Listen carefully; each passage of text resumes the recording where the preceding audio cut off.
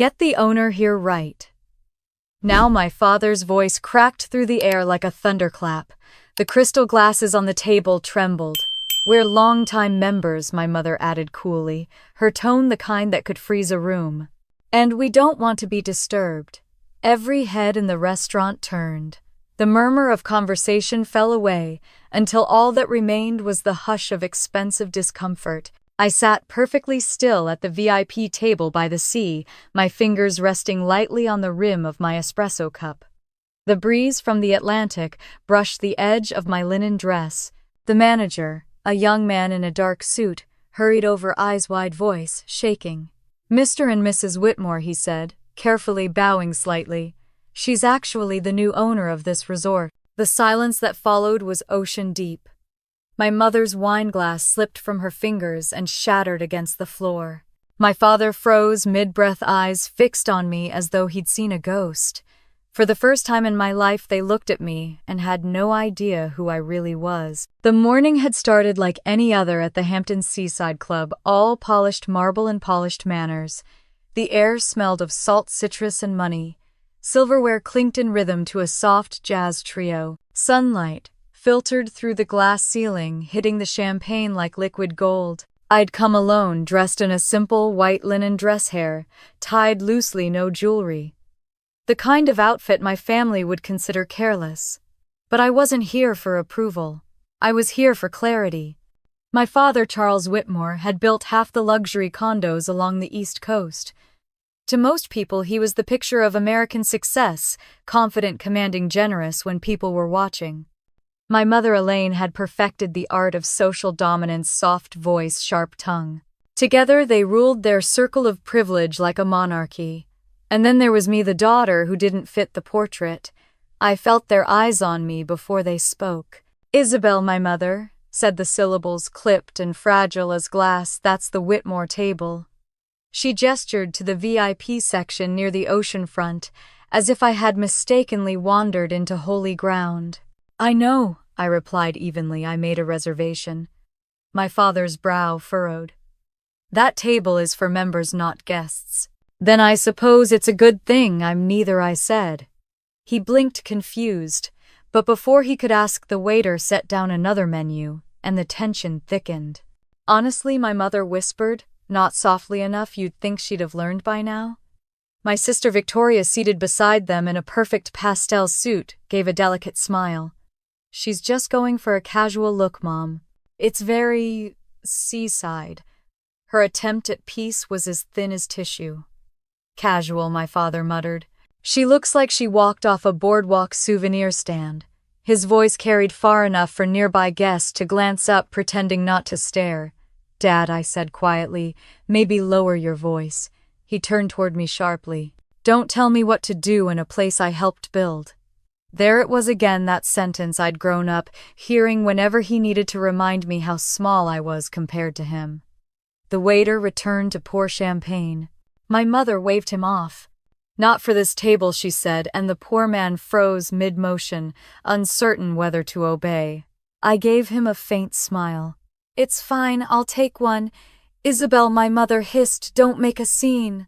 I looked at her, calm and steady. "You mean don't exist?" She blinked, startled. The waiter retreated as though escaping a storm. A couple nearby began whispering, eyes darting between our table and their phones. I knew what they saw: the Whitmores, one of the oldest real estate families in New York, having a public argument. It wasn't the first time. It was just the first time I didn't shrink from it.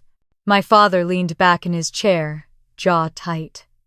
"You never learn respect, do you?" "Respect," I repeated softly. "That's an interesting word coming from you." My mother sighed as though exhausted by my existence. "You should have called before showing up. We could have arranged something more suitable." "I didn't realize authenticity violated the dress code," I said. "This isn't about rules," my father snapped. "It's about reputation. You're embarrassing us." There it was, the word that had shadowed me my whole life. Embarrassing. I'd been an embarrassment when I left NYU, when I worked front desk at a mid-range hotel, when I refused to attend charity galas just to smile beside people who despised me. Every choice outside their script was labeled rebellion. Every silence was disobedience. And still I kept showing up. Isabel Victoria murmured, reaching for my hand. Maybe just move to another table. Please. Her voice trembled more out of fear of spectacle than compassion. I'm comfortable here, I said, pulling my hand back. Comfort isn't the point, my father barked. Presentation is. You can't sit here looking like that. Like what I asked. Like yourself, my mother said under her breath. Her tone was ice, but her eyes betrayed panic. The perfect mask of the Whitmores was cracking in public.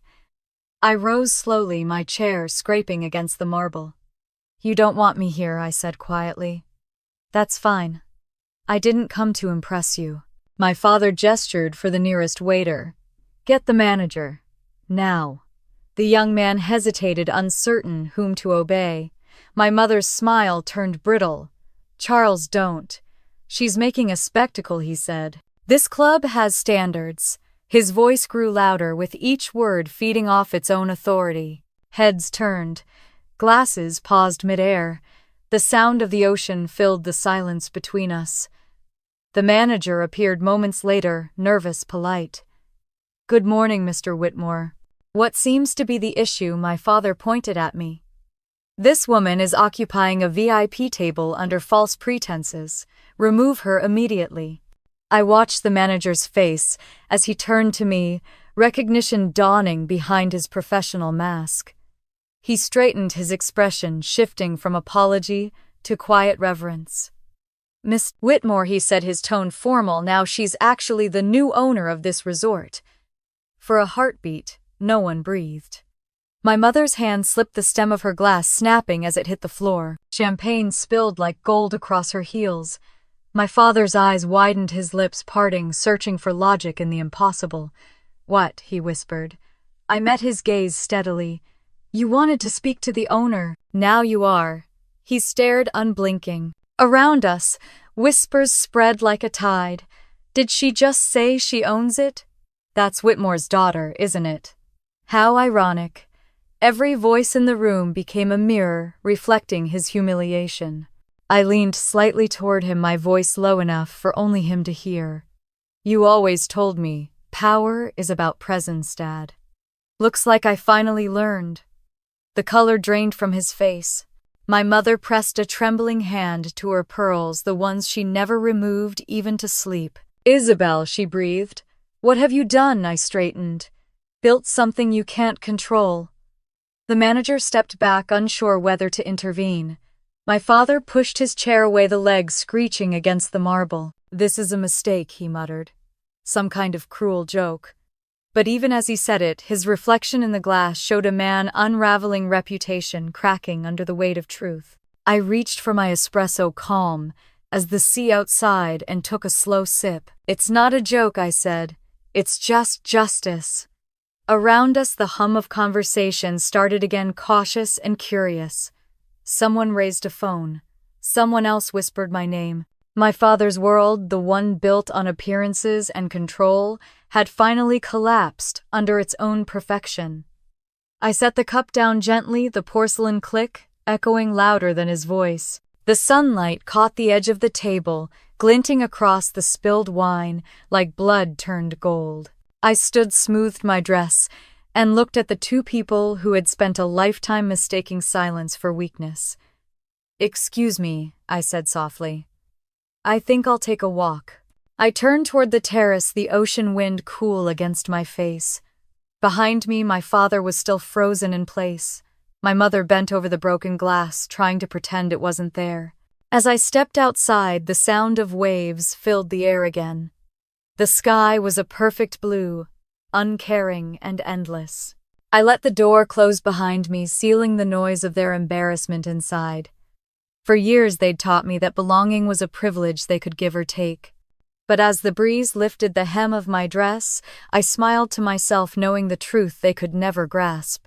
Respect isn't inherited, it's earned. And I'd just earned mine in front of everyone who ever doubted me. I left the Whitmore house with a suitcase that weighed less than the silence behind me. The gate closed with the finality of a verdict. It was a bright spring morning, but the air felt heavy thick with things unsaid. My mother stood at the top of the stone steps, her hands clasped in front of her like she was posing for a portrait. She didn't say goodbye. My father stood beside her, perfectly framed in the doorway, expression carved in disdain. "You've embarrassed this family for the last time," he said, voice cutting clean through the sunlight. I didn't look back. I couldn't. I just walked down the long driveway, past the roses he imported from France, past the marble fountain he called a legacy, past everything that had never really belonged to me. The cab waited at the gate. I told the driver to keep going even after we cleared the city limits. I didn't want to see the house shrink behind me. I just wanted it gone. Providence was colder, rougher, and real in a way Manhattan had never been. The first night I stayed in a cheap motel near the harbor, its carpet smelling faintly of salt and mold.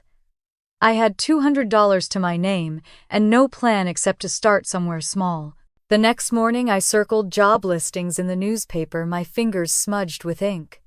When I walked into a seaside hotel to apply for a front desk position, the manager barely glanced up. "We don't usually hire students," he said, scanning my resume. "I'm not a student anymore," I replied. He gave a disapproving look, but after a pause, handed me a uniform 2 sizes too big. "You start tomorrow. Don't be late." The first week nearly broke me. Guests snapped their fingers for attention, threw keys on the counter, and called me sweetheart when they forgot my name. I learned to smile through insults, to apologize for things that weren't my fault.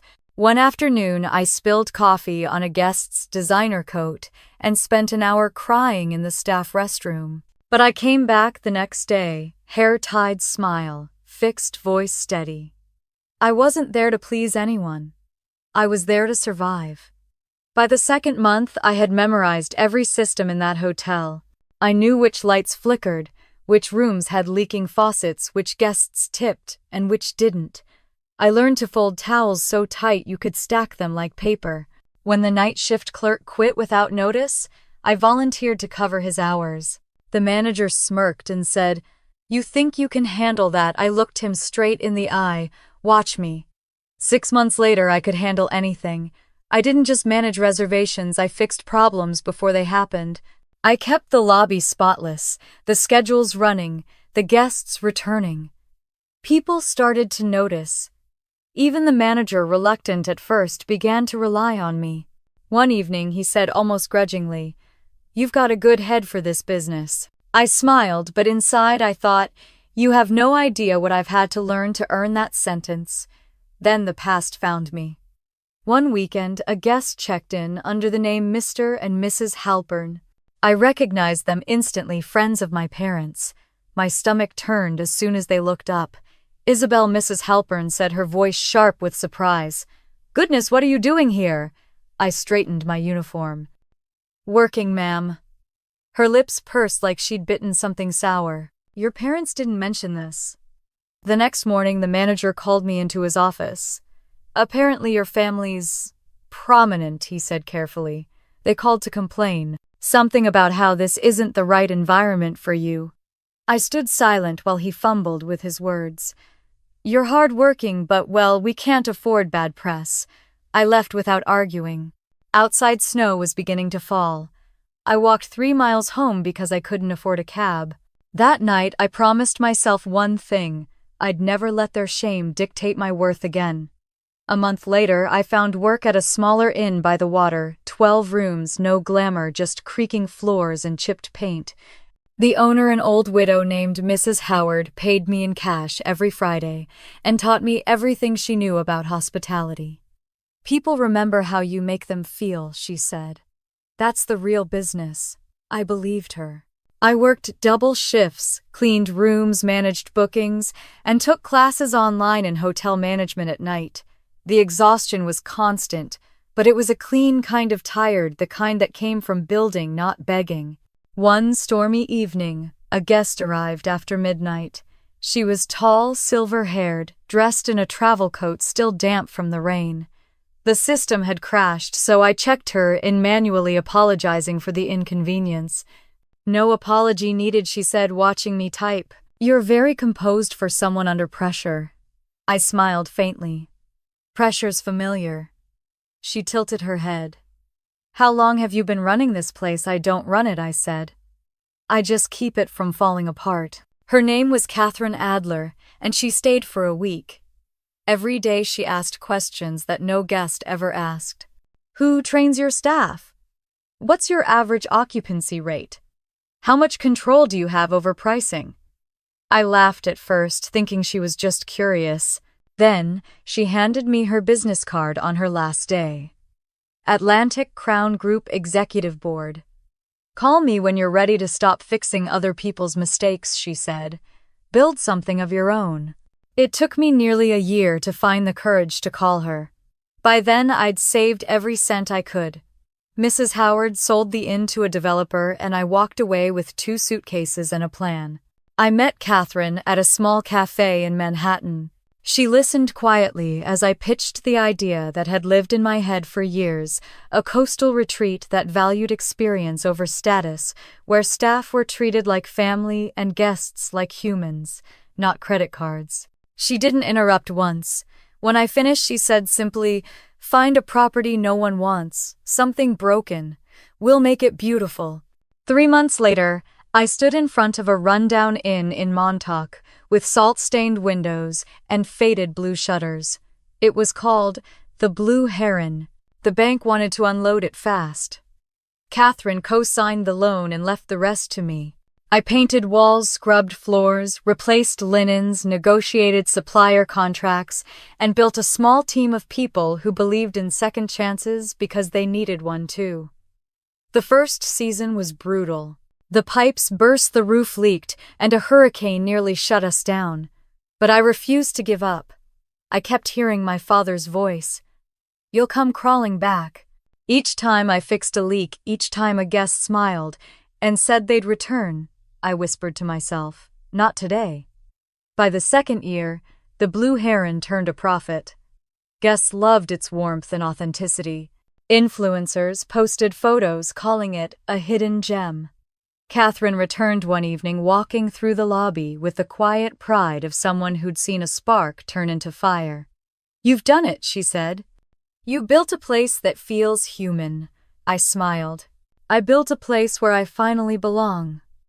Soon investors started calling. I expanded Sag Harbor, then Nantucket, then Maine. Each property carried the same signature coastal beauty without arrogance. We called the brand Whitmore Coastal Holdings, not because I owed that name anything, but because I wanted to redefine it. I wanted the world to see it and think of something new: integrity, not inheritance. Through it all, I never told my family. Not once. They never asked. In their world, silence about me was easier than admitting they might have been wrong. Whenever society columns mentioned the Whitmores, it was always my father's developments, my mother's galas, my sister's charity boards. I was the invisible one, the dropout who had vanished quietly into failure. That invisibility was my weapon. 5 years later, an email landed in my inbox with the subject line "Ocean Harbor Resort Private Sale Opportunity." The attached photo showed a familiar terrace overlooking the Atlantic. My breath caught. It was the same resort where my parents had spent every summer brunch, the same one where I'd been told to sit near the back.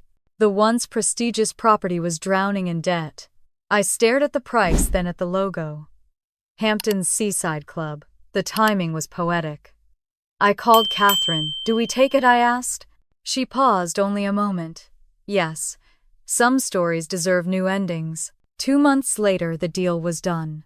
The contract bore my signature, Isabel Whitmore, CEO of Whitmore Coastal Holdings. No middlemen, no whispers, no approval. The club that had once defined my family's superiority now belonged to the woman they'd dismissed.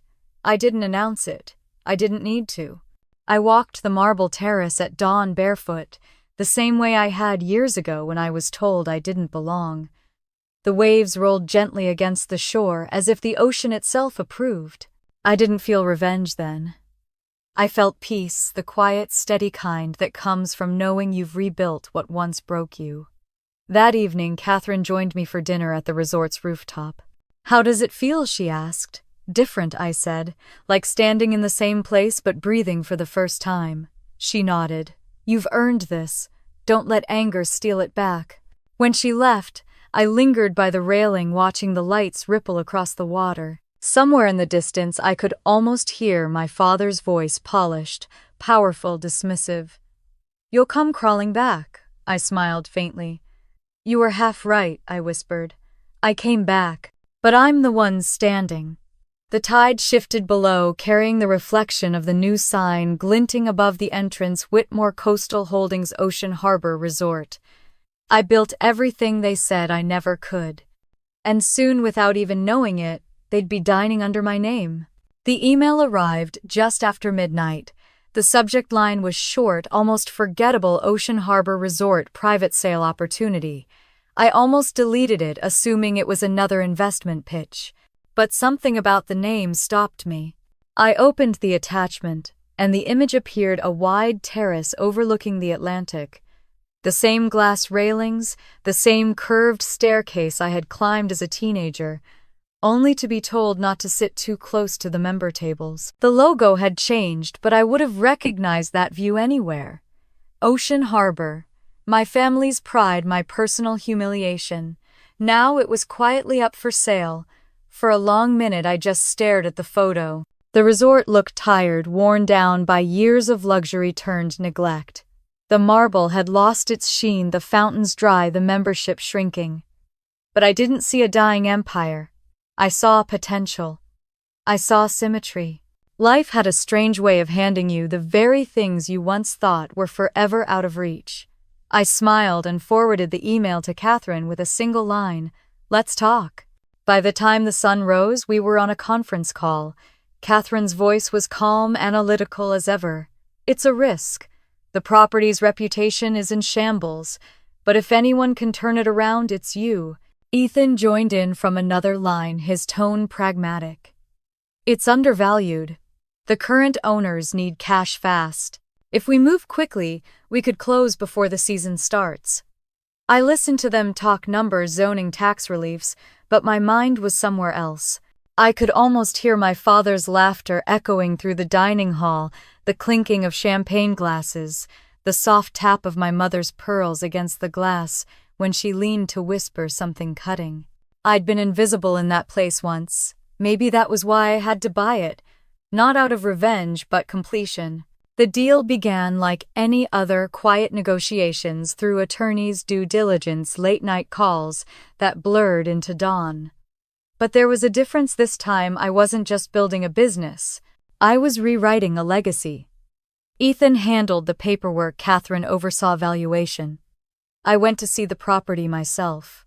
When I arrived at Ocean Harbor, it was a gray afternoon. The ocean was calm, the wind heavy with salt and memory. I walked through the deserted lobby where chandeliers hung half-lit and dusty. The carpet carried faint stains of time, and the once proud crest of the resort had faded on the wall. I ran my fingers across the railing where my father once stood, with his arm around my mother, shaking hands with board members. The echo of their voices seemed to linger in the marble. I whispered to no one, "You left your kingdom to decay." The general manager, a man in his 60s, recognized my last name when we shook hands. "Whitmore," he repeated. "Any relation to Charles Whitmore?" I smiled politely. "Distant." His shoulders relaxed. "You're the investor group, then?" "The truth is, this place needs someone who remembers what hospitality means.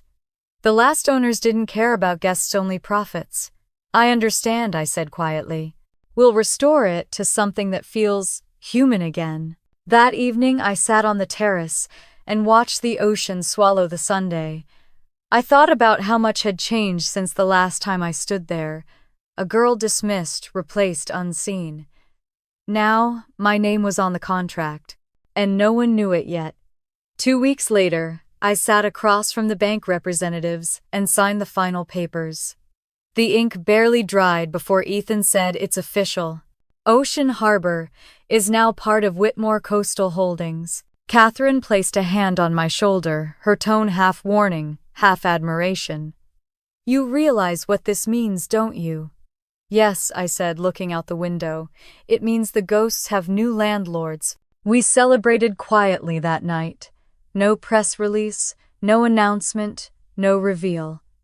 I wanted silence, not secrecy born of fear, but control born of patience. Catherine understood. When it's time, she said, let them discover it themselves. Ethan laughed. That's poetic justice if I've ever heard it. I smiled. Not justice, balance. The next morning, I began the renovation plan. We stripped away the heavy drapes, let sunlight back into rooms that hadn't seen it in years.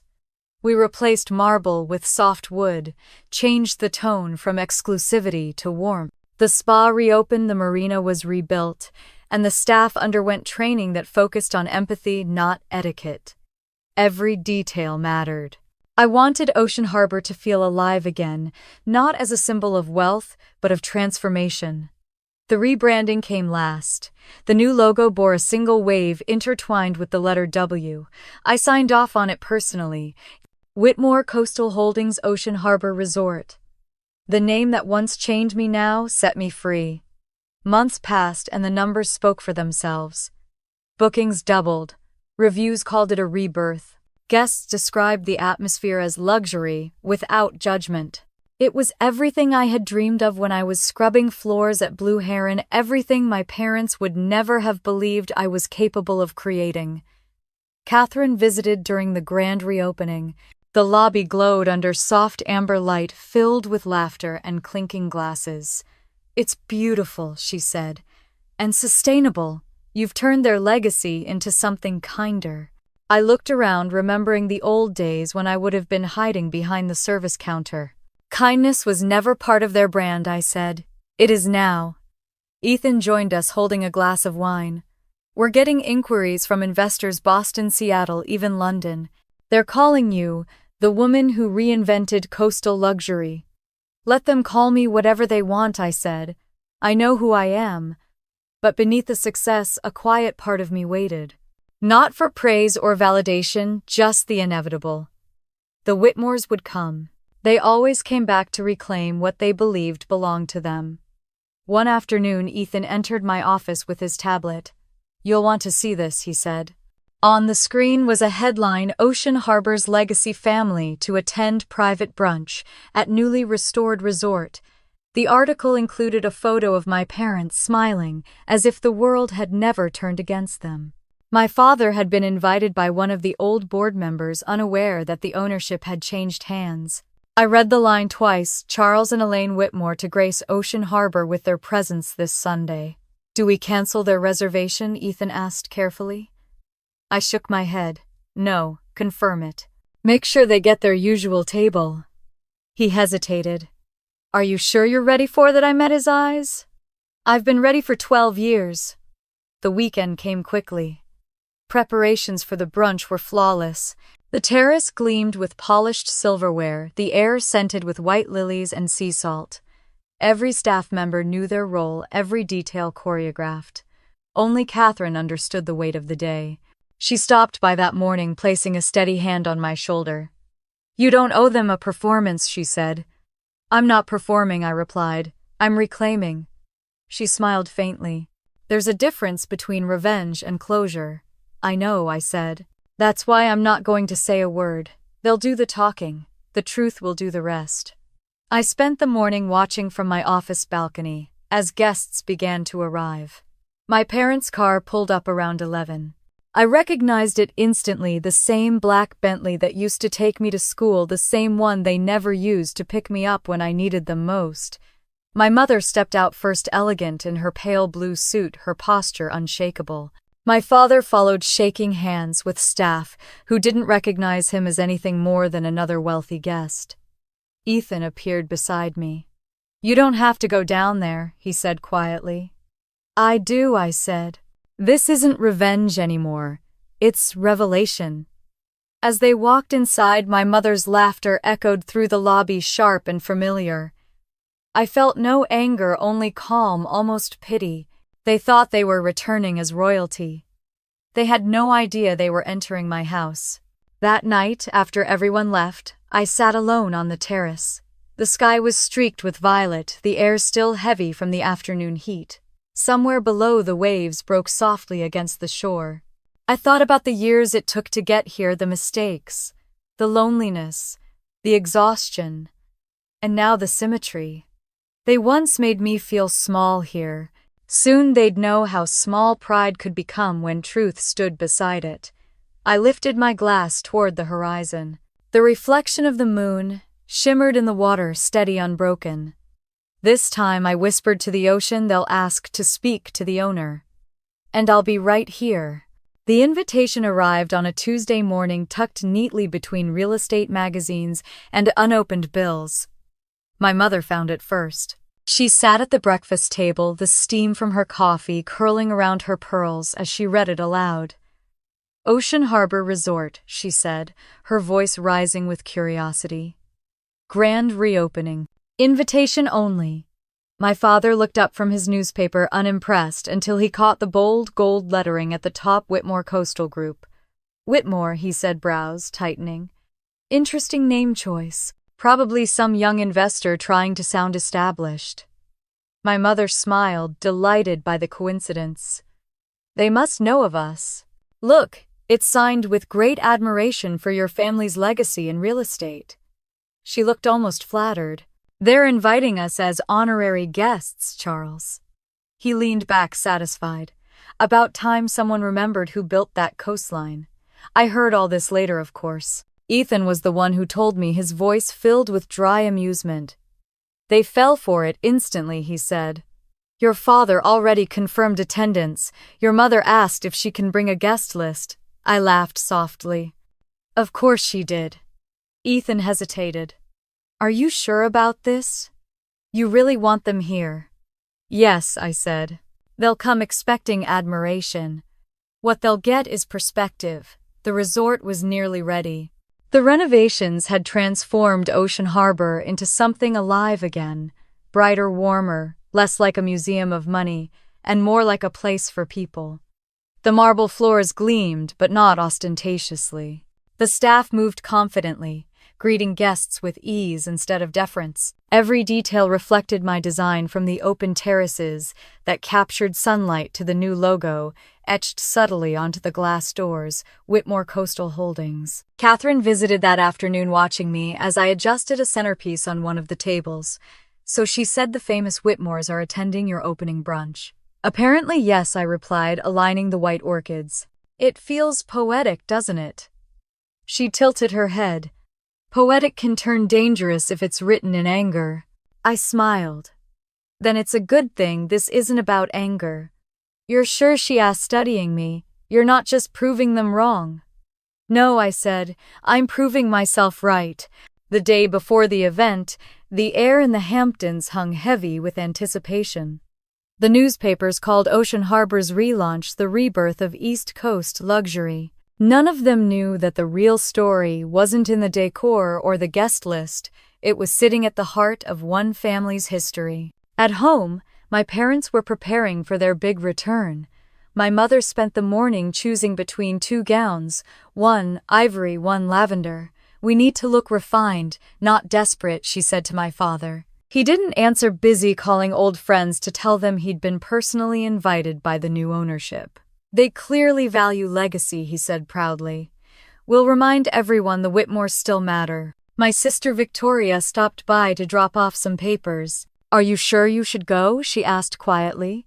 It's odd the company named the invitation all of it. My father laughed. Coincidence. The new management probably admires our work.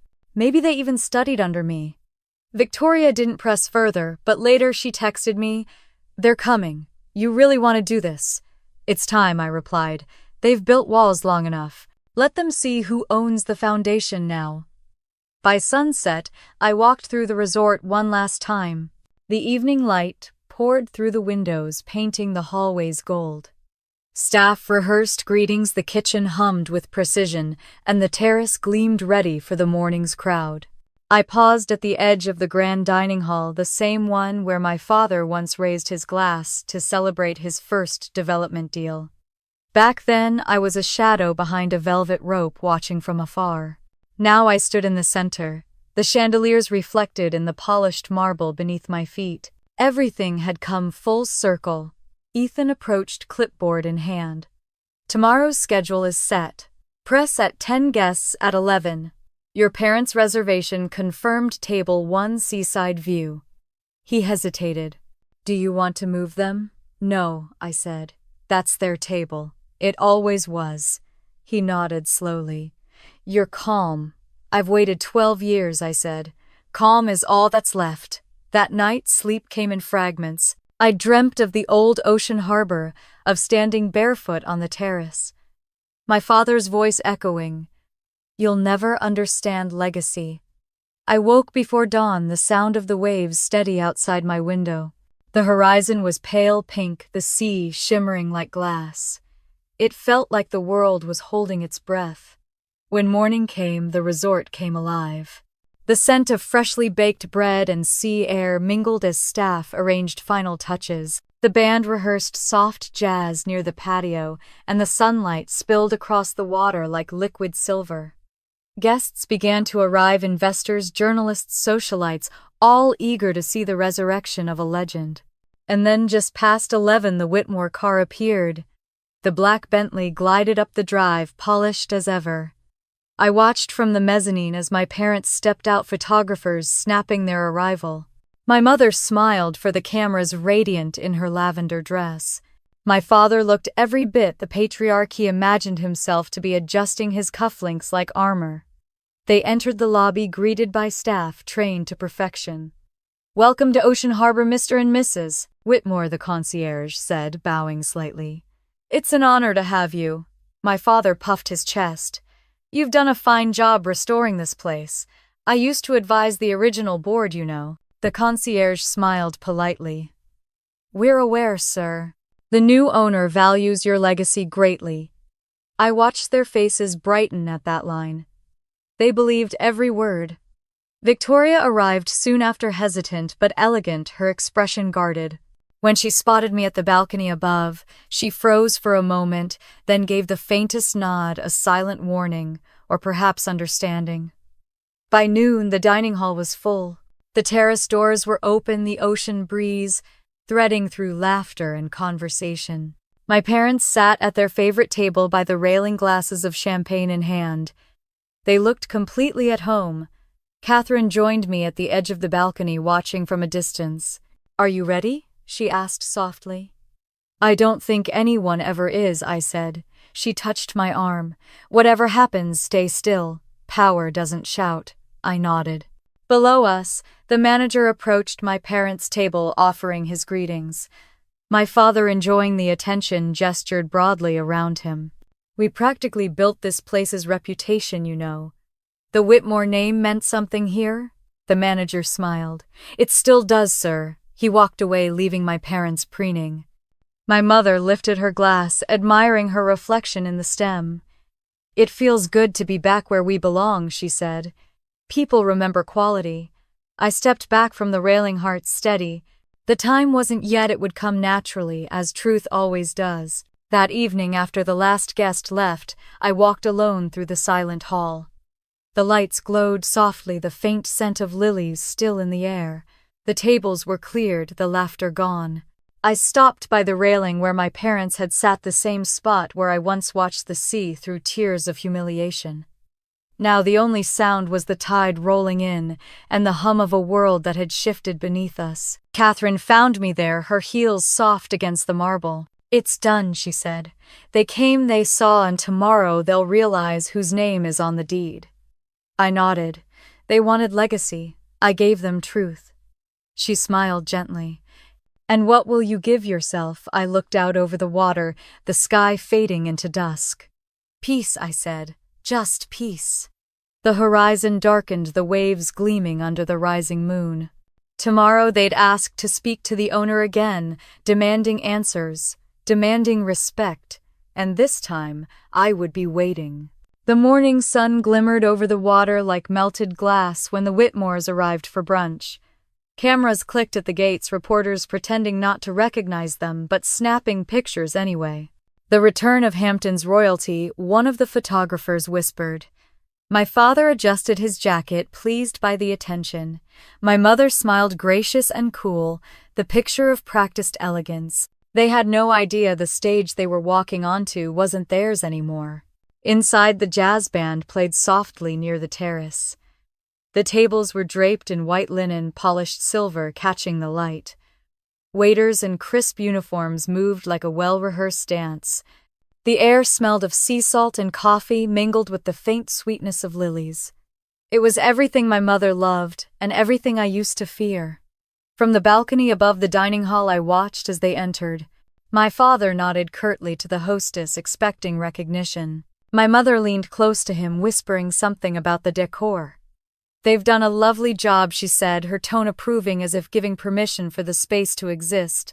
The Whitmore table as usual, my father announced to the hostess. She smiled professionally and led them to the table closest to the sea, right where he'd demanded to sit every summer. It was waiting, glistening in the sunlight, prepared exactly the way he liked. They sat comfortable in their assumption of ownership.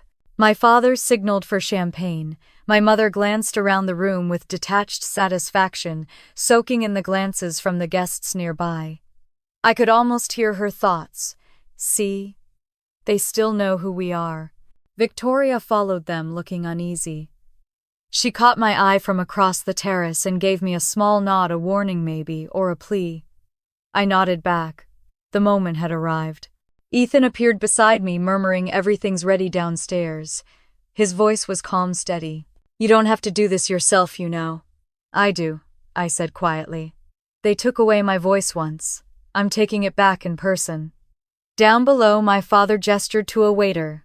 "The champagne's warm," he said sharply. "Bring a new bottle." The waiter nodded politely and turned away.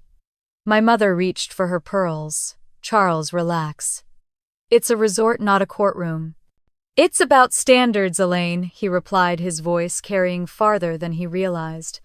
"People notice when service slips."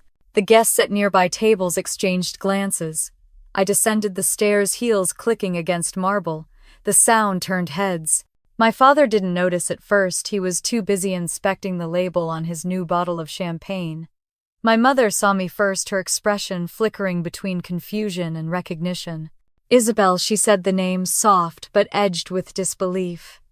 I stopped by their table, sunlight spilling over my shoulder. "Good morning," I said. My father looked up. His face froze. "What are you doing here?" I smiled faintly. "Having brunch." He frowned, his tone sharp.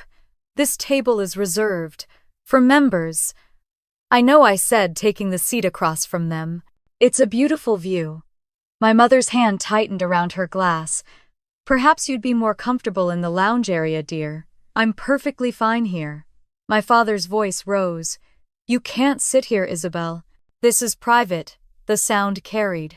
People nearby began to glance over, whispering behind napkins. The music softened as if even the band sensed the tension. "I'm not causing a scene," I said calmly. "I'm sitting down." "You're embarrassing us," my mother hissed under her breath. "I'm sitting quietly," I repeated. "You're the ones raising your voices." My father slammed his palm against the table.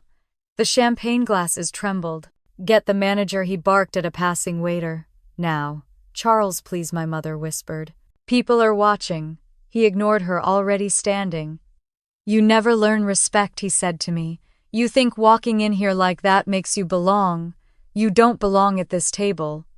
My pulse steadied. I had waited years for that sentence. The manager appeared composed, polite. "Good morning, Mr. Whitmore." "Is there a problem?" "Yes," my father snapped, pointing at me. "This woman is trespassing.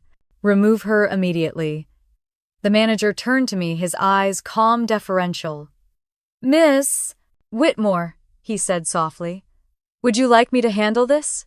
My father blinked. "What did you call her?" The manager straightened. "Miss Isabel Whitmore, sir. The owner of Ocean Harbor Resort." For a moment there was nothing. No sound, no movement, just the collective breath of an entire dining hall suspended in disbelief. My mother's hand slipped, and her glass shattered against the marble floor. Champagne spilled like liquid gold across her heels. My father froze mid-breath, eyes locked on me. "What?" he said, voice barely audible. "You wanted to speak to the owner," I said softly. "Now you are." Gasps rippled through the room. Phones appeared discreetly in hands, cameras rising. Guests whispered first in surprise, then in awe. I could hear fragments. "She owns this place." "Isn't that their daughter? I thought she was a dropout." My mother stood slowly, her face pale. "Isabel," she stammered. "What have you done?" I met her gaze. "Built something you could never destroy." My father recovered just enough to bluster. "This is absurd. You're lying." The manager remained composed. "All records confirm the ownership transfer, sir. Miss Whitmore acquired Ocean Harbor last year through Whitmore Coastal Holdings." Every word carved into the silence like stone. My father looked around as if searching for someone to contradict the truth, but no one did. Even the waiter, who had once flinched at his tone, now stood quietly respectful but toward me. He turned back to me, voice trembling. "How could you afford by working?" I interrupted. "Something you never thought I'd do." A sharp intake of breath ran through the tables. My mother pressed her fingers to her temple, shaking her head. "You've humiliated us," she whispered. "No," I said. "I just stopped protecting your image." My father's jaw tightened. "We're leaving." "Of course you are," I said softly. "That's what you've always done when reality doesn't suit you." He glared at me, eyes blazing. "You think this makes you powerful?" "No," I said. "It makes me free." He stood his chair, scraping back hard enough to screech. "Come, Elaine," he said. "We don't have to sit here and be mocked." But she didn't move right away. Her gaze lingered on me, uncertain, almost broken. "Isabel," she said quietly, "you didn't have to do this." "I did," I replied. "For me. Not for you." They left without another word. The doors closed behind them with a heavy thud that sounded almost like finality. The room stayed silent. Every eye was still on me. I looked around at the sea of faces, some curious, some sympathetic, a few quietly applauding. I stood slowly smoothing the front of my dress. "Please," I said to the manager, "make sure their bill is covered." He nodded respectfully. "Of course, Miss Whitmore." As I walked toward the terrace, the staff parted quietly to let me pass.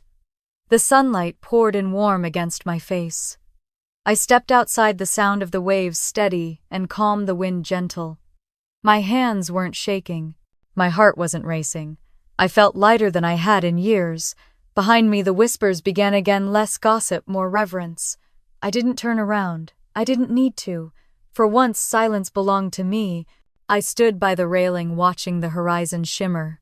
Somewhere inside, a chair scraped a glass, clinked, and life resumed. The ocean rolled endlessly forward, indifferent but infinite. It wasn't victory I felt. It was freedom. And freedom, I realized, makes more noise than applause. By the next morning, the world had already decided what happened. A video less than 40 seconds long had gone viral overnight.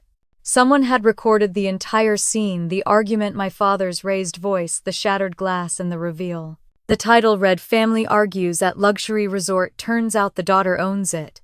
By sunrise, it had been viewed more than 1,000,000 times. I sat in my office overlooking the ocean, the blinds half drawn against the glare. My inbox was flooded, news outlets, business reporters, morning shows, all asking for comments. Ethan stood by the window scrolling through his phone. "It's everywhere," he said. New York Post, CNBC, even BuzzFeed. They're calling it the Ocean Harbor Showdown. I leaned back in my chair, staring at the muted TV on the wall. The headline crawled across the screen: "Heiress turns tables on family in public feud." Underneath, my photo flashed mid-sentence, calm, unflinching. Next to it, a still image of my father, red-faced, shouting. The caption read, "Power, Pride, and Payback." Catherine entered, closing the door behind her. "You've officially become a symbol," she said, setting her bag on the table. "Whether you like it or not." I rubbed my temples. "What kind of symbol?" She smiled faintly. Depends on who you ask. Some say you're a hero. Others think you humiliated your parents for attention. The internet loves dividing saints and villains. I exhaled slowly. I didn't do this for attention. I know, she said. But that's not the story they'll tell unless you shape it yourself. Ethan glanced up. She's right. You can't ignore this. You have to make a statement. The word statement made me recoil. My father had built his empire on statements, polished, cold, manipulative ones. Every sentence he spoke in public was rehearsed, every silence calculated.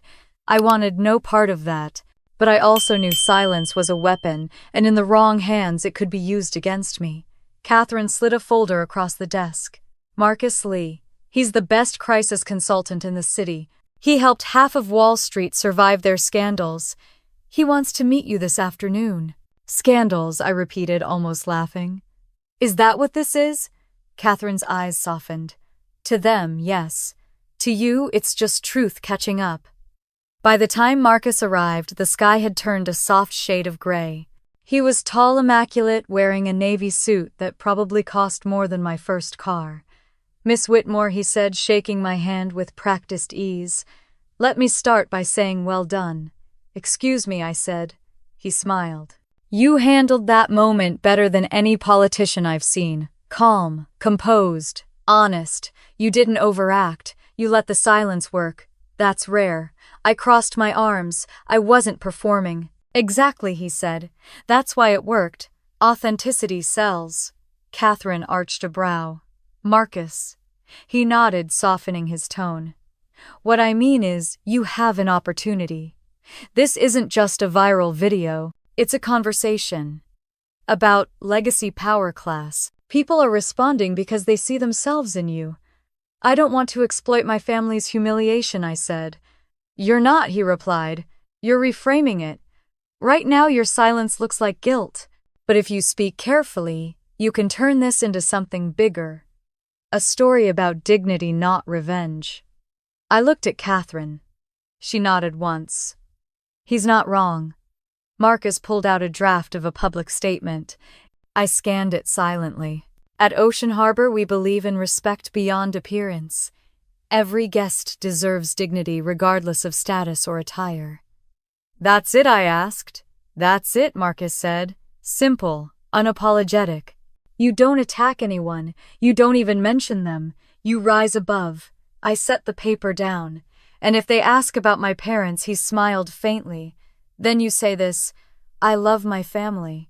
But I learned that love without respect can't survive. The line hit harder than I expected. I didn't say anything. Catherine placed a gentle hand on my arm. Say it once, she said. Then move forward. By the next morning, the statement was live. Ocean Harbor's official page carried the headline Respect Beyond Appearance. Within hours, it was everywhere, retweeted, quoted, dissected. News anchors debated whether it was a PR masterstroke or a moral lesson. Some praised me. She stood for integrity. Others sneered. She weaponized family trauma for publicity. I turned off the TV after the 5th segment. Ethan came in holding his tablet. You should see this. He handed it to me. The screen showed hundreds of comments. Some cruel, some kind, most curious. Good for her. Finally, someone calls out hypocrisy. Ungrateful daughter humiliates her own parents. The contrast was dizzying. Catherine appeared in the doorway. You can't read those, she said. They'll poison you. I'm fine, I said, though my voice wavered. She looked at me for a long moment. You did what was right, Isabel. Don't let strangers convince you otherwise. But it wasn't the strangers I feared. It was the silence from home. 3 days later, the first response came not from my mother, but from my father's lawyer. A formal notice arrived, thick paper, expensive ink. Defamation, emotional distress, abuse of corporate power. He was suing me. Ethan read the letter twice before speaking. He's serious. Catherine's jaw tightened. He's not trying to win, he's trying to wound. I stared at the words on the page, each one colder than the last. He can't stand that I have control. This is his way of taking it back. Catherine nodded. Then we take it from him again, but cleanly. That night I couldn't sleep. I sat on my balcony, the waves whispering below. The lights of the resort flickered gently across the water.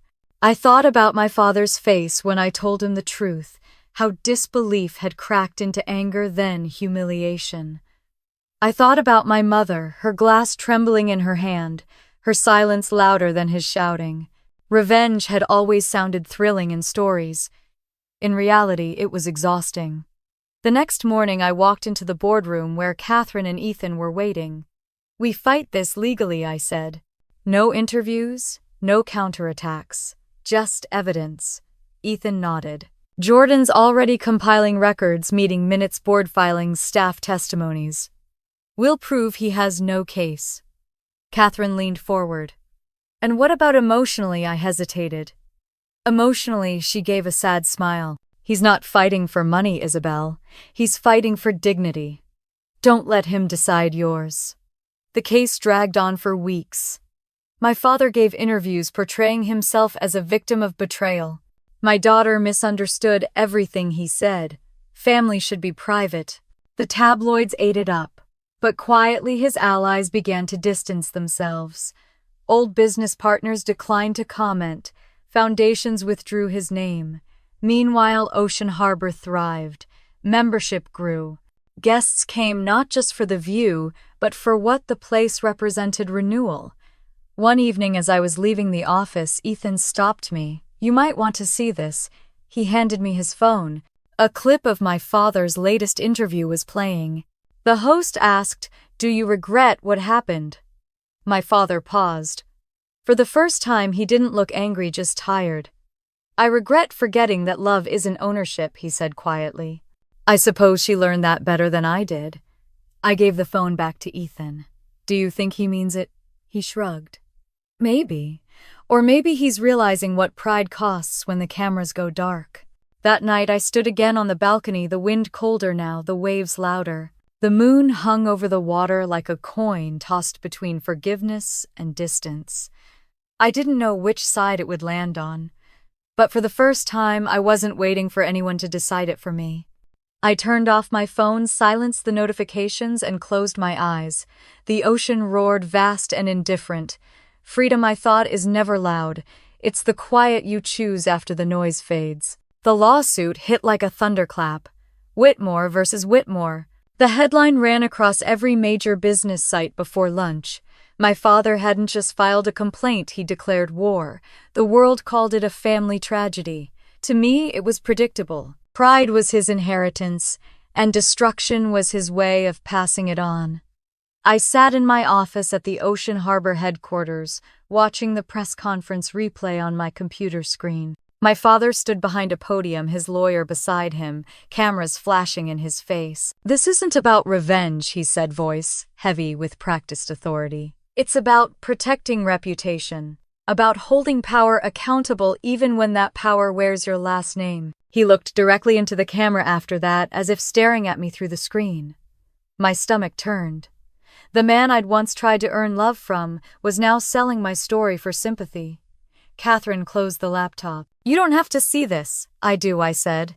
"I need to know how far he's willing to go." She studied me. "You already know. The question is, how far are you willing to go back?" I didn't answer. The truth was, I didn't know. The following morning we met with our attorneys. The conference room smelled of coffee and tension. Ethan had barely slept. "He's accusing you of abusing your power as owner," he said, flipping through the pages. "Defamation, emotional distress, misuse of corporate influence." I took the papers from him, scanning the lines without really reading. Every sentence felt like a cold knife. Catherine leaned forward. "He has no legal standing. Ocean Harbor's bylaws give you complete authority over membership policies. This isn't about law. It's about humiliation. He wants a public stage again." I looked out the window. The ocean glittered in the distance, beautiful and cruel. "He's always needed an audience," I said quietly. Even when he was tearing someone apart. Ethan sighed. "The media's eating it up. They're calling it the father-daughter feud of the decade." Half the internet thinks you're a hero, the other half thinks you're an ungrateful child. I smiled without humor. That sounds about right. Catherine placed a folder in front of me. This isn't just a fight for headlines. It's about reputation, yours, his, and the company's. If we stay silent, we let him define the narrative. I flipped open the folder. So we don't stay silent. We worked late into the night. Ethan brought coffee, Catherine brought strategy, and I brought the one thing my father could never control: truth. By morning, Ethan had found what we needed. You might want to see this, he said, dropping a stack of papers on the table. Emails, internal memos, old financial approvals. Turns out your father used his position on the resort's advisory board to approve contracts for his friends without vetting or transparency. He handed me one document in particular. This one's from 5 years ago. A construction company received a 6-figure renovation deal after donating to his foundation. No bids, no oversight. Catherine's eyes sharpened. Classic abuse of influence. I stared at the letterhead. My father's signature gleamed at the bottom in perfect cursive. He taught me to protect the family name, I said softly. But he never protected it from himself. Catherine folded her hands. If you bring this forward, you'll destroy what's left of his image. I met her gaze. He already did that. I'm just making sure no one else gets hurt cleaning up his mess. The news broke 3 days later. A journalist uncovered the documents and published an exposé. Charles Whitmore, accused of nepotism and misuse of charitable funds. The internet turned on him almost instantly. The same faces that once smiled at his galas now avoided his calls. But instead of relief, I felt nothing. The victory tasted like ash. That night, Catherine came into my office. You look like someone who just buried a war, not won it. I leaned back exhausted. Because I didn't want to win, I wanted him to stop. She sat across from me. He won't. Pride doesn't stop, it burns until there's nothing left to feed it. I stared at the waves outside. Then maybe it's time I stop feeding it too. The following week, our lawyers received a new motion my father wanted an emergency hearing. He's desperate, Ethan said. He's demanding public arbitration. He wants you there. I almost laughed. He wants another audience. Do you want to go? Catherine asked. Yes, I said after a moment. Not to fight, to end it. The hearing took place in a small chamber downtown, far from the cameras and polished floors he was used to. My father arrived early, dressed impeccably, his lawyer whispering in his ear. When I entered, he didn't stand. He just looked at me with the same icy detachment he used when I was a child. The judge began with formalities, but I barely heard her. My father's gaze was fixed on me, full of disappointment and fury. When he finally spoke, his voice was steady. You destroyed this family, Isabel. For what pride? I met his eyes. For peace, he scoffed. You call this peace? You humiliated your own parents in front of the world. No, I said quietly. You did that yourself. I just stopped pretending it didn't happen. The room went still. His lawyer shifted uncomfortably. The judge cleared her throat. Mr. Whitmore, do you have any evidence that your daughter acted unlawfully? He faltered just slightly. Not unlawful. Unforgivable. The judge sighed. That's not the same thing. After an hour of argument, the case was dismissed. Lack of evidence, lack of merit. I stood to leave, but my father's voice stopped me. You think you've won, he said, but all you've done is prove you're just like me. I turned to face him. No, I said softly. I'm what you could have been if you'd chosen love over control. For the first time, his face broke. His mouth opened, but no words came. The silence between us felt endless. When I walked out of that courtroom, the air felt different, sharper, lighter. But peace still didn't feel like victory. It felt like aftermath. Back at the resort, reporters waited by the gates. I didn't stop for questions. I just walked straight to the terrace and stood by the railing, the same spot where everything had started. The sea stretched out before me, endless and indifferent. Ethan found me there an hour later. The news broke, he said quietly. The judge dismissed everything. People are already calling it a redemption story. Redemption, I repeated the word foreign on my tongue. He nodded. Your father's gone silent. His lawyer withdrew. I think he's finally done. I looked at the horizon. The sky was gray, streaked with fading light. No, I said softly. He's not done. He's just lost the only language he ever spoke. Catherine joined us, her voice gentle. And you, I turned to her. I'm learning a new one. She smiled faintly. Which is peace, I said. The kind that doesn't need to be explained. The wind picked up, carrying the scent of salt and rain. The first drops began to fall soft against the terrace stone.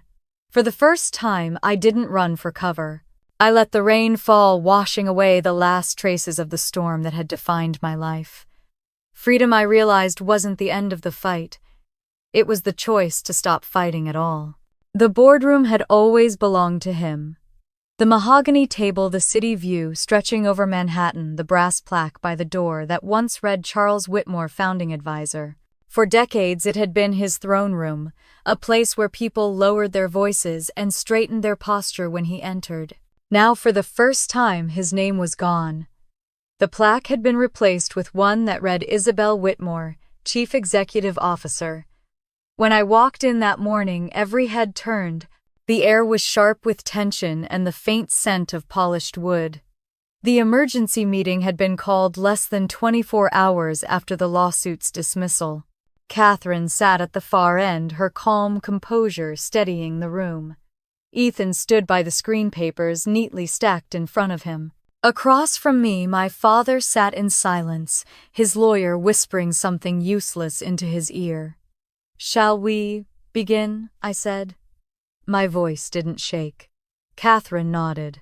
This meeting has been convened to address the board's confidence in current leadership and to clarify the integrity concerns raised during recent proceedings. My father gave a humorless laugh. Integrity concerns? You mean the smear campaign my daughter orchestrated? I leaned forward slightly. You mean the truth, he glared at me. You've made a spectacle of this family long enough, Isabel. Your behavior has cost us everything: respect, privacy, credibility. I met his gaze. You cost us those years ago. I'm just done pretending you didn't. The words hit like the first crack of thunder before a storm. Several board members shifted uncomfortably. Catherine remained motionless, watching. He rose from his chair. You think this seat gives you power. You think these people respect you. They're here because of what I built. And what did you build? I asked softly. A company or a monument to yourself? The silence that followed was heavy. He faltered for half a second before forcing a laugh. You sound just like the journalists. Do you really think they admire you? They see you as a scandal wrapped in pretty rhetoric. Ethan's voice cut in from the other side of the room. Respectfully, Mr. Whitmore, the numbers disagree. Profits are up 23% since Isabel took over. Membership renewals have doubled. Ocean Harbor's reputation has never been stronger. My father turned on him. You're just another one of her loyal pets. Ethan didn't flinch. I'm loyal to competence, sir. Catherine cleared her throat. Let's stay focused, the board murmured quietly. I could feel the tide shifting, subtle but real. He sensed it too. He sat again, face tight. I built this company from nothing. I gave it class, reputation, legacy. I stood placing a folder on the table. And now I'm giving it transparency. Ethan dimmed the lights and switched on the projector. The screen lit up with a series of emails and contracts, each stamped and dated. These, I said, are records from my father's tenure as advisor. He used his influence to approve contracts for personal acquaintances, some of whom were also donors to his private foundation. One of the board members, an older man named Russell, frowned. Is this verified? Catherine nodded. Every document has been reviewed and authenticated. Another slide appeared, showing a construction company's donation receipt matched against a no-bid contract approved by my father's signature. A murmur rippled through the room. My father slammed his hand on the table. This is manipulation. You're twisting numbers to make me look corrupt. I looked straight at him. You did that yourself. I'm just holding up the mirror. He rose again, voice booming.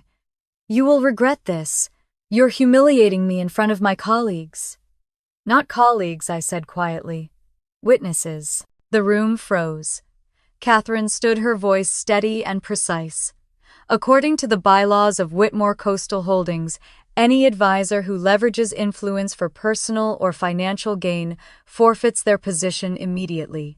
A vote of confidence may be requested at any time. One by one, the board members looked at each other. No one spoke. Finally, Russell cleared his throat. I think we've seen enough evidence to proceed. The vote was swift.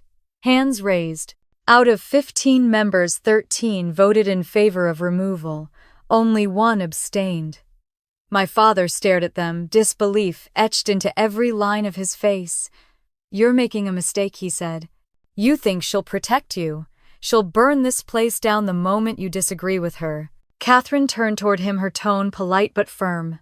No, Mr. Whitmore, she rebuilt what you almost destroyed. He looked at me, then really looked. The confidence was gone, replaced by something older and more fragile. You always wanted to see me fall, he said bitterly. No, I said. I just stopped trying to lift you up. For a long moment, he didn't move. Then he straightened his jacket, collecting the papers in front of him with trembling hands. You think this makes you strong? It makes me accountable, I said. Something you used to preach but never practiced. He didn't reply. The sound of the chair scraping back was the only noise in the room as he turned and walked toward the door. No one stopped him. The door closed behind him with a dull final click. When the silence settled, Catherine exhaled. It's done. But it didn't feel like triumph. It felt like loss. Ethan broke the quiet. You did what you had to do. I nodded, staring at the empty chair he'd left behind. He built this company like a fortress, I said. All I ever wanted was to make it a home. The meeting adjourned, and people filed out quietly, leaving just the three of us. Catherine placed a letter in front of me, my father's resignation notice unsigned. Across the bottom, in his unmistakable handwriting, he'd written, Maybe now you'll understand what legacy costs. I folded the letter and slipped it into my bag. He's right, I said softly. Legacy always costs something, but I finally know what I'm willing to pay. Catherine rested a hand on my shoulder. And what's that piece? I said. Later that night, I walked through the empty corridors of the building. The walls still bore photographs of my father shaking hands, cutting ribbons, smiling for cameras. I stopped in front of one, the groundbreaking ceremony from 20 years ago. I was in that photo too, standing beside him, barely 20, clutching a folder, smiling like I belonged. I remembered what he said that day, his hand on my shoulder. One day this will all be yours if you're smart enough to deserve it. I was, just not in the way he meant. As I turned to leave, I caught my reflection in the glass, a woman who had fought through every version of his shadow and come out standing. Ethan met me at the elevator, his tie loosened, exhaustion written across his face. You okay? He asked. I will be, I said. The doors opened, and as I stepped in, I glanced back once more. The nameplate outside the boardroom door gleamed under the fluorescent light. Isabel Whitmore, Chief Executive Officer. For the first time, it didn't feel like a challenge. It felt like ownership earned, not inherited. When I left the building, the city air was cold, the streets washed in silver light from the skyscrapers above. I tilted my face to the sky and breathed. It wasn't revenge that had brought me here. It was justice, the quiet kind, the kind that doesn't need applause. And as I walked away, I realized the legacy I wanted wasn't his. It was mine. The headlines called it the fall of a titan. My father's name appeared next to mine, two faces caught in one headline, divided by truth. Every article framed it the same way, a dynasty undone by pride. The morning after the board vote, the world wanted to know how it felt to win. But winning wasn't the word that came to mind when I stepped into my office and saw the empty chair across from mine, the one he'd always used during meetings. It didn't feel like victory, it felt like silence. The phone on my desk wouldn't stop buzzing. Reporters, business analysts, even old colleagues I hadn't spoken to in years. I ignored them all. Through the glass walls of my office, I could see the ocean shimmering below, calm and indifferent. Outside, the world had already moved on to its next scandal. Inside, I couldn't stop hearing his voice. "You've become just like me." Ethan entered quietly, holding 2 cups of coffee. "You didn't sleep. Neither did you," I said. He gave a small smile. "That's different. I didn't have to dismantle a family legacy yesterday." I took the coffee, the warmth grounding me. "Family legacy," I repeated. Funny how that phrase always sounds noble until you realize it's just a cage with better wallpaper. He leaned against the window. "The stock's up 12%. Members are praising your transparency. From a business standpoint, you did everything right. And from a human one, he didn't answer." Catherine arrived a few minutes later, her presence steady as ever. "The board's pleased. Investors are calling you the face of ethical leadership." I looked at her over the rim of my cup. "I'm not sure ethical leadership is supposed to feel this empty," she sighed softly. "That's because integrity doesn't come with applause. It just comes with peace. Eventually." "Eventually," I echoed, staring at the horizon. That's a long word. The day passed in a blur of congratulations and silence. Flowers arrived, press statements were drafted, cameras waited outside the gates, and through it all, I felt nothing. Justice wasn't supposed to be hollow, but somehow it was. That evening, I drove out of the city toward the coast, where the air smelled cleaner and the noise faded. The drive to my beach house was quiet, just the hum of the tires and the sound of the waves getting closer. When I arrived, the sky was already dark, a sheet of deep indigo over the water. I stepped out, took off my shoes, and walked barefoot across the cold sand. The tide came in slow and steady, lapping at my ankles. It reminded me of the night I first left home, how I'd sworn never to look back. And yet here I was again, standing between everything I'd built and everything I'd lost. The next morning, Catherine called with updates, her tone efficient but gentle. "The public's reaction has stabilized. The scandal's dying down. People are moving on to the next headline." "Good," I said. "Let them." She hesitated. "You don't sound relieved." "I'm tired," I admitted. "I spent 12 years trying to prove I wasn't an embarrassment. Now that I've proven it, I just want to sleep." Later that day, Ethan came by with something in his hands, a printed article. "You should see this," he said. It was from a business magazine. The headline read, "She won the empire but lost the bloodline." I skimmed it, each word cutting deeper than the last.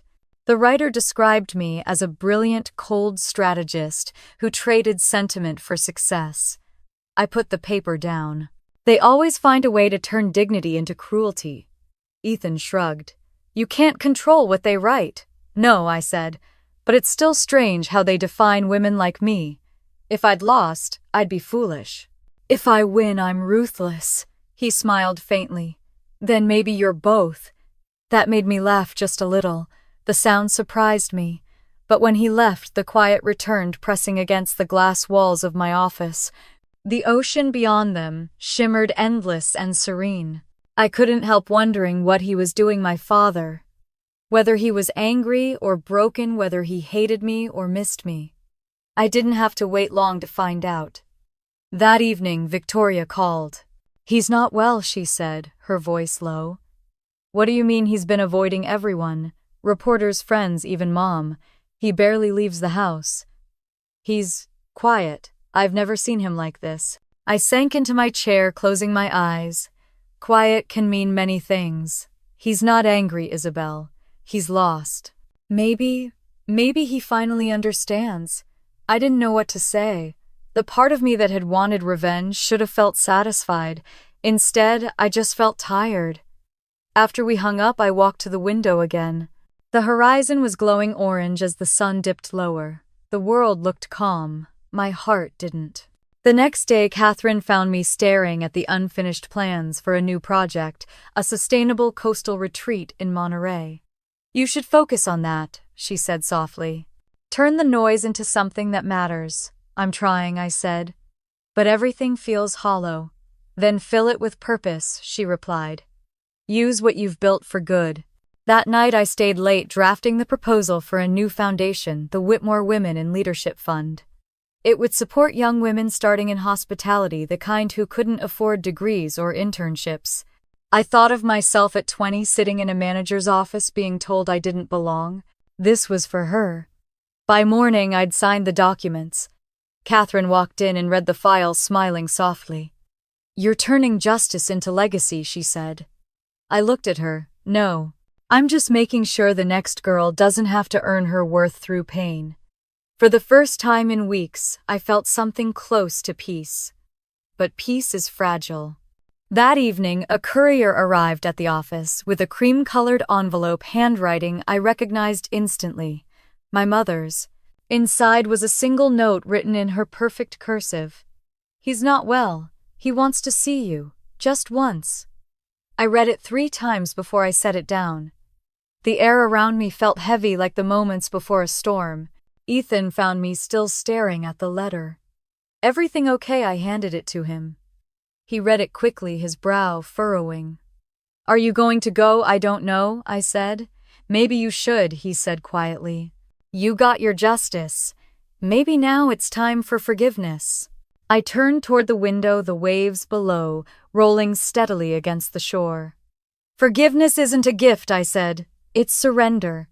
He studied me for a moment, then said, "Maybe it's both." When he left, I stayed there for a long time, the letter on my desk, the ocean outside whispering like it always had. The storm inside me began to shift. Not anger anymore, not even sadness. Something softer, heavier, like the ache of an old wound healing. By midnight, I folded the letter carefully and placed it in my bag. I didn't know what I would say when I saw him, or if I even could. But for the first time, I wanted to try. The tide rolled in steady and patient, and for the first time in years, I let it carry me somewhere I didn't control. The letter smelled faintly of lilac and dust, the scent of my mother's perfume. Her handwriting, still precise after all these years, curved gently across the page. "He's not well. He wants to see you, just once." I sat at my desk reading the words again and again until they blurred into lines. Outside, the waves crashed against the shore, steady and indifferent. For days I'd told myself I'd moved beyond them, that what was broken didn't need fixing.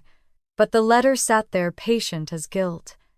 By the weekend, I was driving north through Connecticut. The road curved along the coast, lined with leafless trees and houses that looked smaller than I remembered. I hadn't seen my childhood home in over a decade. I'd imagined it as a monument to arrogance, polished, perfect, untouchable. But when I pulled into the driveway, the sight stopped me cold. The gardens were overgrown, the shutters faded, the gate rusted halfway open. Pride, it turned out, decayed faster than paint. I stood at the door for a long time, the letter crumpled in my hand. Part of me wanted to turn back, to let the past stay buried where it belonged. But curiosity, or maybe compassion, pushed me forward. When I knocked, I heard slow footsteps inside.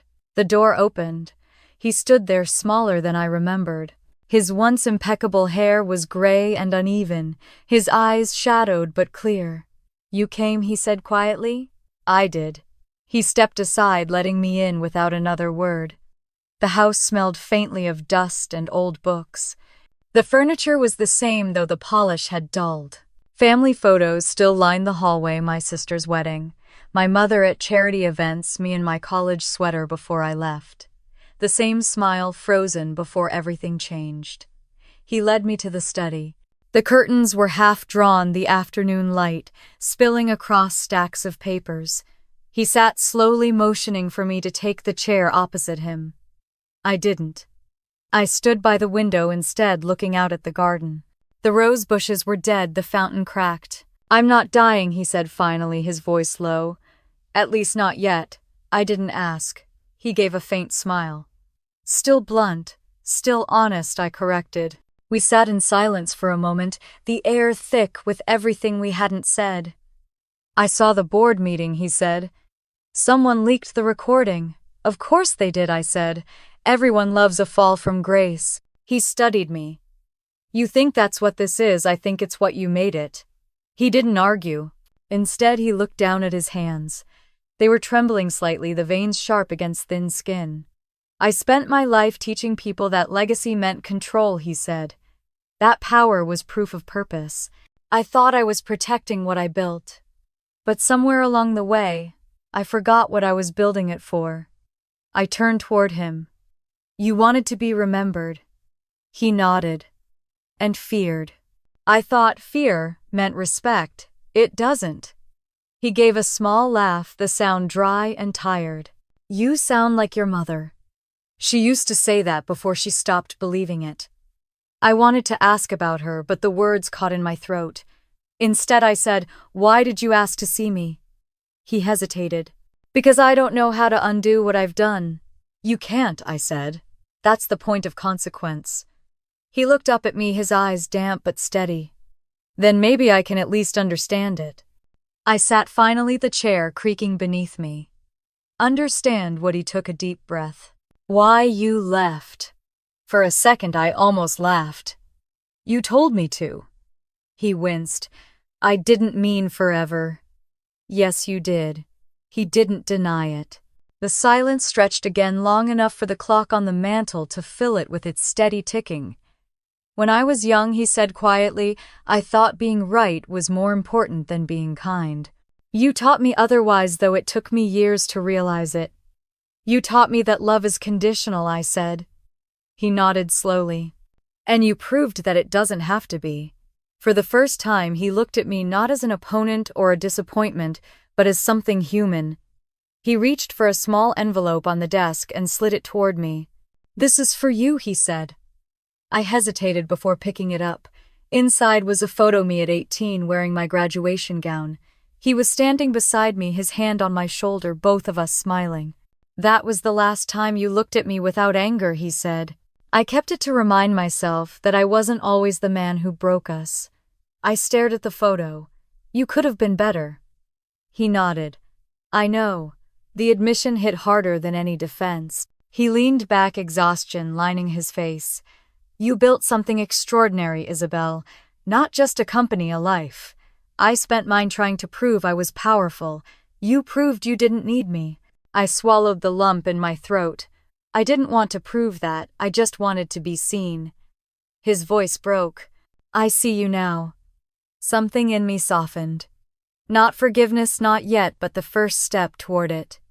We sat in quiet for a while, the late light turning the room golden. Outside, the wind rustled through the dry branches. He spoke again, softer this time. Your mother was proud of you, even when she couldn't say it. She kept every article about you in a box upstairs. I looked up sharply. She did.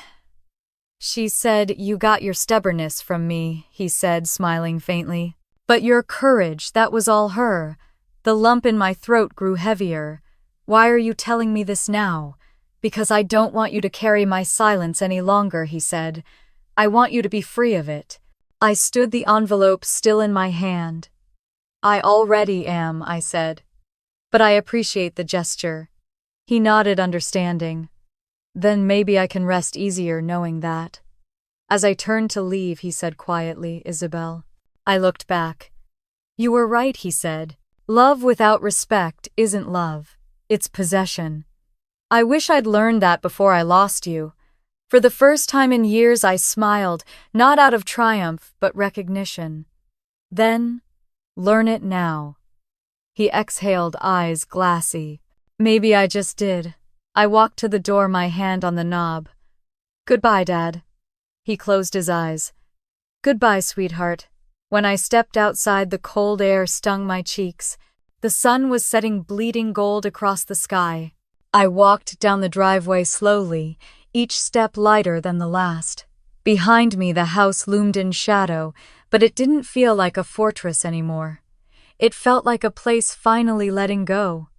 At the car, I paused. The photograph trembled slightly in my hand. I turned it over. On the back in faint ink, he had written, Legacy isn't what you leave behind, it's what you repair before you go.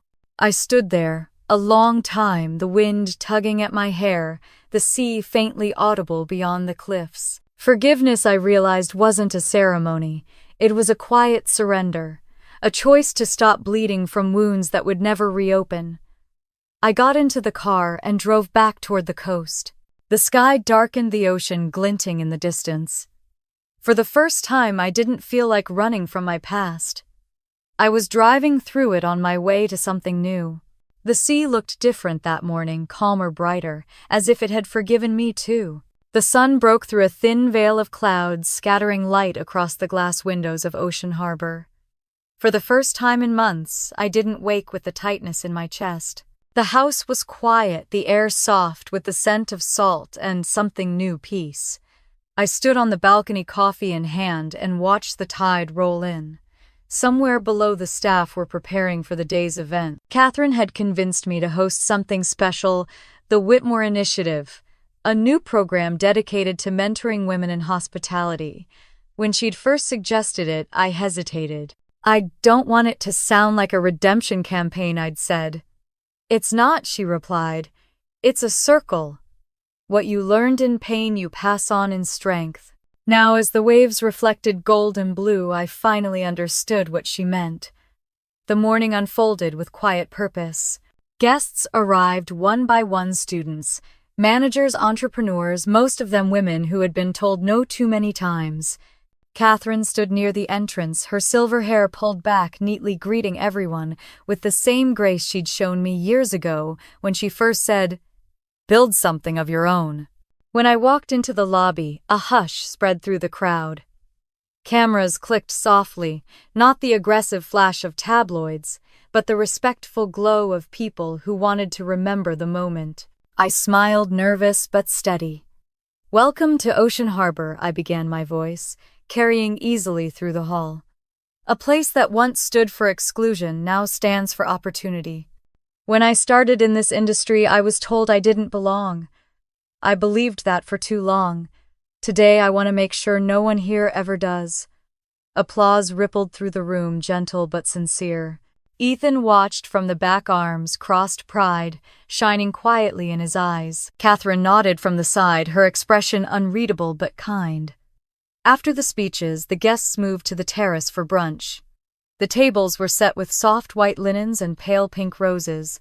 The ocean breeze carried laughter, the sound blending with the hum of conversation. For the first time, Ocean Harbor felt alive in the way I'd always dreamed, elegant but warm, powerful, without pretense. I wandered between tables, greeting people, listening to their stories. Some talked about the challenges of balancing work and family, others about starting businesses with nothing but grit and hope. One young woman, no older than 22, told me, "My parents didn't think I'd make it. I watched your interview last year and it changed my mind about quitting."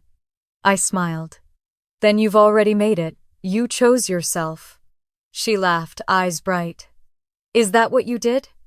"Yes," I said softly.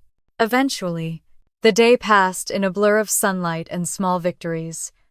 By afternoon, the event wound down, and the guests filtered out, leaving behind the faint hum of possibility.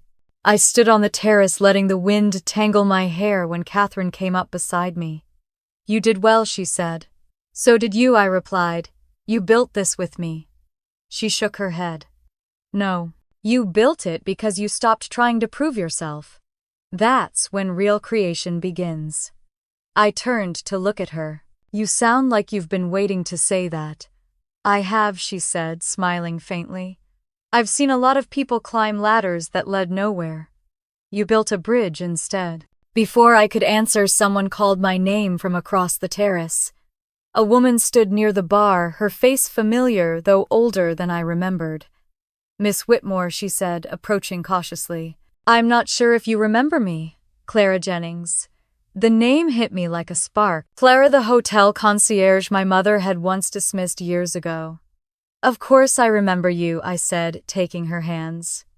"You worked at the Grand Haven." Her smile trembled. "I did, until your family decided I wasn't fit for luxury service. I wanted to say I'm sorry for the way they treated you too. Back then I didn't know how much courage it took to be different." I squeezed her hands. "You don't owe me an apology, Clara. If anything, I owe you a chance." She blinked, confused. "What do you mean? I've just acquired a property in Monterey, a coastal inn we're transforming into a sustainable retreat. I need someone who knows hospitality from the ground up. Someone like you." Her lips parted in disbelief. "You're offering me a job." "No," I said with a small smile. "I'm offering you a team to lead." Tears filled her eyes before she could stop them. "After everything your family, after what my own bosses said, I never thought, don't think I said, build." She laughed through her tears, and I realized I'd never felt prouder of any decision. Not the deals, not the victories, just this. Passing something forward. Catherine watched from a distance, her eyes glistening. When Clara left, she said quietly, "You've turned revenge into renewal." "It wasn't revenge anymore," I said. "It was correction." Evening settled slowly, the sky melting into amber and violet. Guests had gone, leaving only the whisper of waves against the dock. I stood by the railing, the sea glowing beneath the fading light. Ethan came to stand beside me, hands in his pockets. "Monterey, huh?" he said. "That's a big step. Every step feels big when it's the right one." He smiled.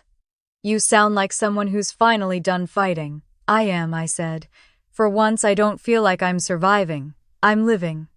He handed me a glass of wine. "To living, then." I clinked mine softly against his. "To peace." We stood there in silence, watching the horizon. I thought about my father not as the man who'd tried to destroy me, but as the one who'd unknowingly taught me the value of rebuilding. He had once told me that legacy was power. Now I knew better. Legacy was empathy that outlived pride. After Ethan left, I lingered alone. The staff were closing up, laughter echoing faintly from the kitchen. The night air was cool against my skin. I looked out over the water and whispered, "You were right about one thing, Dad. The world doesn't care about pride. It cares about what we build after it breaks." The wind carried the words away, soft and sure. When I turned to go inside, Catherine was waiting by the door. "Are you ready for tomorrow?" she asked. "What's tomorrow?" she smiled. "Whatever you want it to be." I looked back at the sea one last time, the moonlight glinting off its surface like scattered silver. "Then I guess I'm ready," I said. And for the first time I meant it. The night was quiet except for the waves' endless, steady forgiving. It no longer felt like they were erasing the past. It felt like they were carrying it forward. The morning light spread over Ocean Harbor in slow golden ribbons, touching everything it once revealed in pain. The sea glimmered beneath it, calm and endless. The same sea that had watched me walk away from my family, the same that had witnessed me return. But today it wasn't about power or pride. It was about peace. I stood on the terrace barefoot, the boards still cool beneath my feet, wearing the same white linen dress from that day years ago. Back then, it had been an act of defiance, a symbol of everything they said I wasn't. Now, it was just fabric soft against my skin, carrying no weight but memory. The air smelled of sea salt and pastries, the same scent that had once filled the brunch crowd with laughter and judgment. But there was no crowd now, just a few early guests, quiet conversation, and the distant sound of waves against the dock. For the first time in years, I didn't feel like I had to prove I belonged here. Ethan joined me with 2 cups of coffee, handing me one without a word. We watched the sunlight rise higher, gilding the tables and glass railings. "Full circle," he said softly. I smiled. "Except now I don't need their permission to sit here." He grinned. "You never did. You just thought you did." He was right. The club, the family name, the reputation, none of it had ever held real power. What mattered was the stillness I carried now, the quiet confidence that didn't need to be announced. As the morning crowd grew, I noticed movement near the entrance. My heart stilled for a moment when I saw them, my parents. They weren't dressed for a performance this time. My father wore a simple navy jacket, my mother a cream sweater that made her look smaller than I remembered. They stood just inside the doorway, uncertain, waiting. Ethan caught my glance but said nothing. I placed my cup down and walked toward them. The distance between us felt both endless and small. My father spoke first. "You've made it beautiful again," he said, his voice low, almost reverent. I nodded. "It was always beautiful." It just needed a different kind of care. My mother's eyes shimmered as she looked around. "We used to think this place was our legacy," she whispered, "but I think it was meant to be yours all along." I smiled faintly. Maybe it belongs to everyone who was ever told they didn't belong. She reached out hesitant, her hand trembling slightly. I took it just for a second. It wasn't forgiveness yet, but it was recognition, and that was enough. When they turned to leave, my father stopped. "Isabel," he said quietly, "thank you for making it something worth being proud of." "Pride's overrated," I said gently. "Peace lasts longer." They nodded, then walked out through the terrace door's sunlight, following them down the steps until they disappeared beyond the garden path. I stood there for a while, watching the horizon. The ocean shimmered the same shade of blue it had always been, but to me it looked different, wider, softer, forgiving.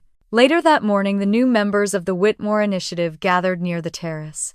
Young women from all over, students, single mothers, hotel clerks, dreamers. Their faces were bright with hope and fear, the kind I used to carry.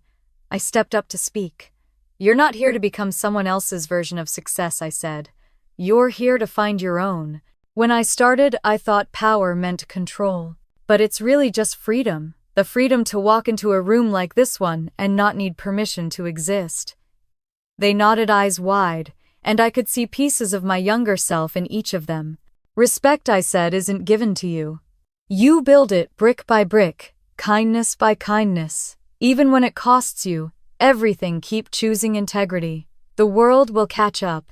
Catherine stood nearby, her arms crossed but her eyes bright with pride. When the applause faded, she came to me and said softly, "You turned revenge into renewal." "It was never revenge anymore," I said. "It was a lesson." The rest of the day unfolded gently. The guests mingled, laughter filled the halls, and the sound of waves kept time beneath it all. Ocean Harbor no longer felt like a stage for appearances. It felt like a living thing again, a place of second chances. As the sun began to set, I found myself alone on the beach. The tide rolled in slow and steady, wrapping around my ankles, warm from the dying light. The air tasted of salt and promise. I thought about everything, the arguments, the humiliation, the rise, the fall, the rebuilding. Justice had been my goal once. Then it became redemption. Now it was peace. I realized that justice doesn't always roar. Sometimes it whispers and sometimes it forgives. Ethan appeared behind me, his jacket slung over one shoulder. "You look like someone who's finally at peace," he said. "I think I am," I said. "For the first time, I don't feel like I'm fighting anymore." He smiled. "So what comes next?" I looked out at the horizon. "Whatever the tide brings." He nodded, leaving me to the waves. The last light dipped beneath the water, turning everything gold, then rose-colored, then dark. I walked farther down the sand where the surf met the rocks. The sound was hypnotic, almost like breathing. I stopped and turned, looking back at the resort. Lights glowed softly from the terrace, music drifting through the air. People were still laughing inside, their joy real, unforced. It struck me how far I'd come from that first brunch, that moment of public shame. Back then, I thought revenge would make me whole. But it was forgiveness, slow, reluctant, imperfect, that set me free. I knelt down and let the waves touch my hands. The water was cool, the foam white against the dark sand. "You were right, Dad," I whispered to the sea. "Reputation fades, but legacy stays." I stayed there until the stars began to appear one by one. The wind lifted my hair, the world hushed except for the waves. And I smiled, a small, quiet smile that carried everything and demanded nothing. I turned to walk back up the beach, the footprints behind me, slowly washing away. As I reached the terrace steps, the moon rose higher, spilling silver across the water. I paused, looking straight ahead, and said softly, "If there's one thing I've learned, it's this: peace isn't found in being right. It's found in letting go." Then with a small laugh, I added, "But tell me, what would you have done in my place? Would you have walked away, or would you have stayed to rewrite the story?" The camera of memories seemed to pull back, the sea, stretching behind me, the resort. glowing like a lantern against the night. My voice lingered over the sound of waves. If you believe in justice, redemption, or the power to start over, I said, don't forget to stay with us. There are so many more stories waiting, stories of lost courage and the kind of strength that doesn't shout. I looked back toward the horizon where dawn would rise again soon. Because sometimes I whispered, peace is the most powerful revenge. The waves answered softly, and then there was only the sea, endless, forgiving, carrying every story home.